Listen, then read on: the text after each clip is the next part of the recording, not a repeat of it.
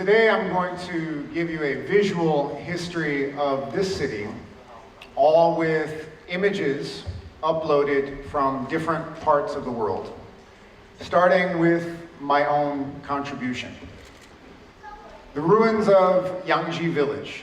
These are pictures that I took in 2011 when I was blogging about demolition in Guangzhou and other parts of China. Now, at the time, I was very naive.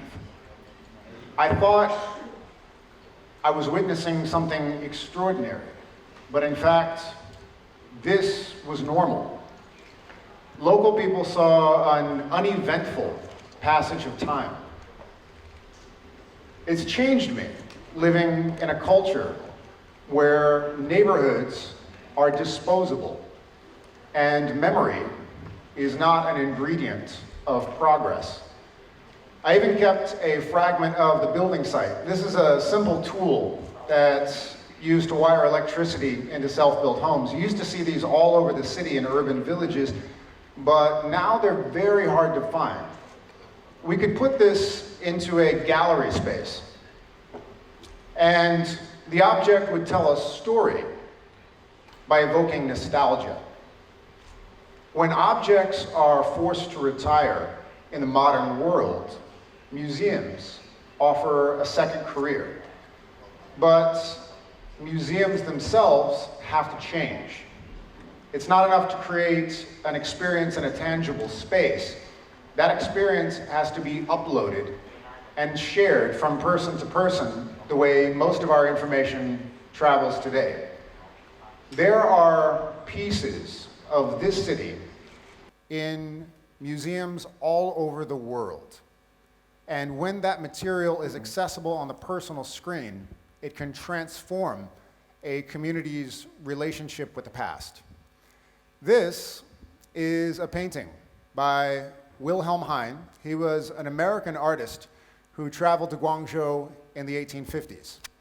And he captured the end of the 13 factories trade era.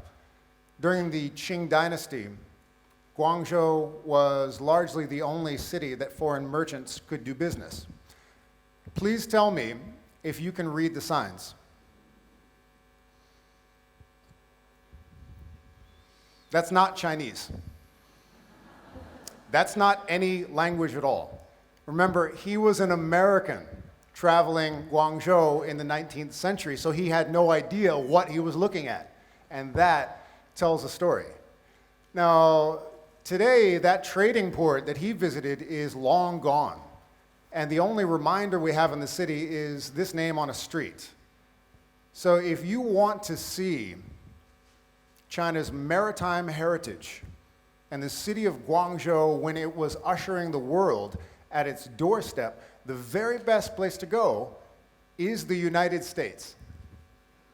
This is the Peabody Essex Museum. It has the nation's largest collection of Chinese export art, mostly from this city.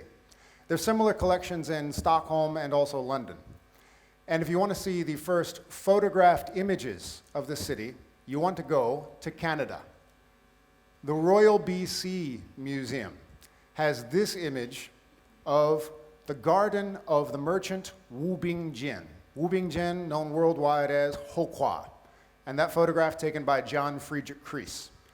If you visit the UK, you can see this city in the Library of Birmingham and witness the collection of Felice Beato, who was able to capture this city's celestial beauty as it was in 1860. Now, of course, this city is not a place that you're going to find when you walk down the street. This is the result of meticulous data mining through the archives of museums around the world. If you visit the archives of National Geographic, you can see the work of Helen Payne Kimball. She was an artist trained in Boston, and she traveled to Guangzhou with a Kodak Eastman camera. And like many in her generation, the equipment she carried made her a paparazzi. This is an image she captured of Dr. Sun Yat-sen tipping his hat to the crowd. That is likely the only photograph you'll ever see of him totally unrehearsed. This is important because it offers someone considered to be a godlike figure a rare human moment, and that lets a community begin to question its past. Sometimes these images in archives online can help a community reestablish a lost identity. This is Ernst Borschmann. He was a German travel writer who came to Guangzhou in the 1920s and took that picture of an ancestral shrine. This is known locally as Qinjiatsi. Now that shrine was destroyed by Red Guards in the 1960s. They burned the ancestral tablets, and it remained in ruins for decades until the Guangdong Folk Arts Museum decided to reconstruct it. And they were able to use that photo from the internet to reconstruct it exactly as it was when he took the picture. And this is what you see when you visit today. That's why it looks new, because it is new. Copying a foreign photo to create local history is intended to put people in touch with a heritage that was lost, but really there's much, much more going on. When you look at this monument, you're making a personal connection with the artist himself. You're looking through the lens of a stranger. That is a moment in his life, now frozen in time. When these digital archives are accessed properly, they can transform education. Now, we should already be at a point where any museum in the world can deliver interactive content to any classroom in the world, and that's not a new idea. Google Art Project has been trying to do this for a decade. What's not happening is an effective collaboration between professionals in the galleries and professionals in the classroom. Just blindly uploading pictures is not going to get you anywhere.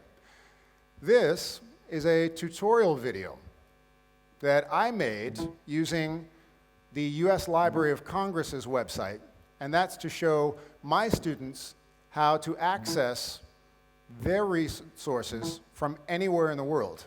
The US Library of Congress in DC has more information on China than you will find in China. Now, let's pause right here. This is one of my favorite images of Guangzhou taken in 1924. If you look at the date and the location, it's incredibly powerful. People in this city were buying cars 30 years before the rest of this country was on bicycles. And this photograph shows us the rich and the poor living side by side, exactly what we see today. There's a lot of problems with this website. It's not as user-friendly as we think. First problem, this is all in English, so it excludes a lot of people. The next problem, there's no real optimization, which means it's like using the internet 20 years ago. If you think about newspaper, TV, radio, they've been very fast to adapt their service to the way we use our mobile device. And if you think about companies like Amazon or Taobao, when you do a search, they can calculate your demographic information, your previous search history, and your purchase history, and sometimes figure out what you want before you do. So why is it so difficult to research our own history? It's especially difficult in this part of the world where the landscape has changed and also the language has changed.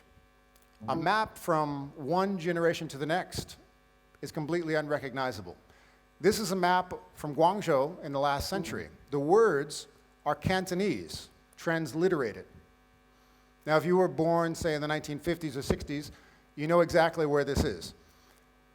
But if you're a younger person born in the 90s, you might look at this and say, "Oh no, Ivandoa." And if you're a teenager, you might express yourself by just looking at the map and saying, "什么鬼?"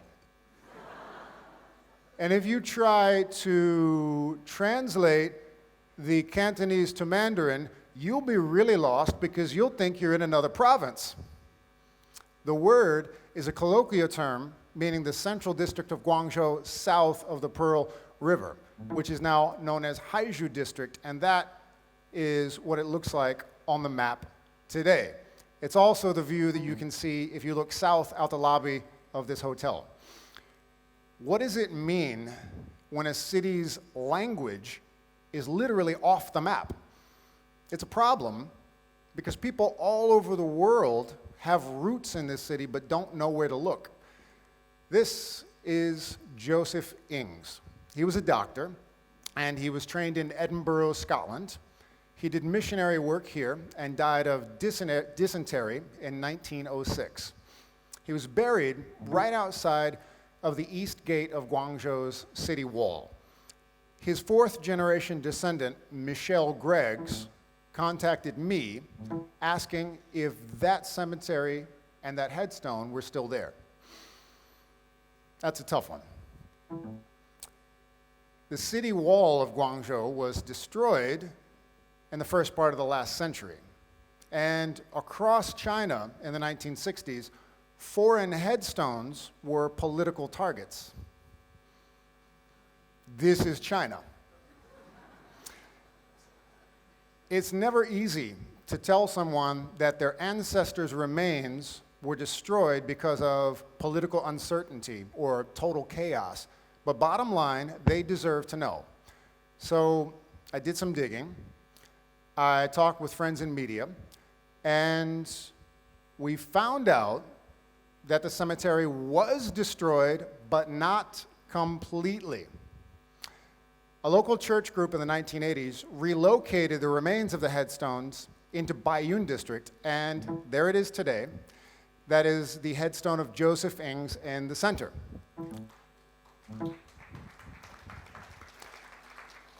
And the two gentlemen who helped us locate that headstone, here they are, Mr. Tang Qi Wang and Zhou Shishong. They're really young guys in their early 80s. Now, sometimes images come to me and people are looking for information. This is a photograph of the Haizhu Bridge after it was bombed in 1949. That came from Bevan Wang, whose family left Guangzhou in that year. But his question to me was, hey, what are those buildings in the background? And I didn't know. So once again, I talked to friends, we posted the information on WeChat, and we got an answer in 40 minutes. From left to right, that's all the information. We have the Aichen building, the Yong'antang building, and the Wuxianmen power plant. Those buildings are all still there. Today, they're just hidden between much, much larger skyscrapers. So a lesson learned, teach your grandparents to use a smartphone. Get them into conversations because their knowledge is something we should be talking about. Now, what I'm going to show you next is a clip from a documentary shot by a good friend of mine, an incredibly talented director by the name of Van Ki Tsai. And this documentary is about an exhibit that I worked with at the Guangzhou Library with the help of the New Zealand Consulate and the Presbyterian Research Center and an archivist by the name of Mike Timons. They're photos taken in the last century, and it turns out the photos we were showing were very close to people today. The first time I heard about my great-great-great-grandfather's story was after my return from my first visit to China.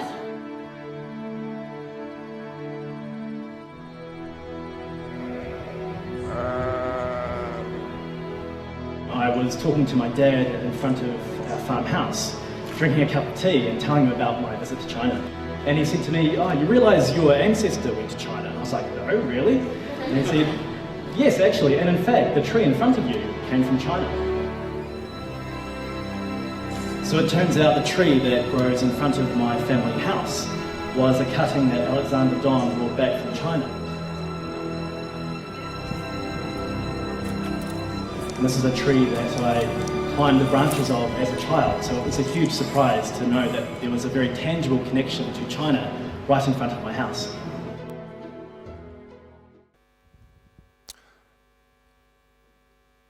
People all over the world really do have connections, roots in this city, but don't always know where to look. And a lot of the images of this city that are scattered in different locations are undescribed because people don't know what they're looking at. And they don't know how to find out. One reason is because outside of China, not a lot of people access Chinese social media, so they don't know who to get information from. The world really is not as connected as we presume it to be. There's a lot of bridge building that still needs to happen. For example, this is a photograph from the archives of Life magazine, 1949. The year is important. We see a hotel lobby in Guangzhou, and we see a distinguished guest who is relocating all of their possessions out of the country as fast as they can, right before private property is to be criminalized. Allow these images to elicit memory and let conversations happen that really matter. History is not about memorizing facts. It's about asking questions and figuring out what it is that we don't know. The Irish playwright Oscar Wilde said it best. The only duty we have to history is to rewrite it. I'm going to finish with an image from a local archive to shatter a common misconception about this country.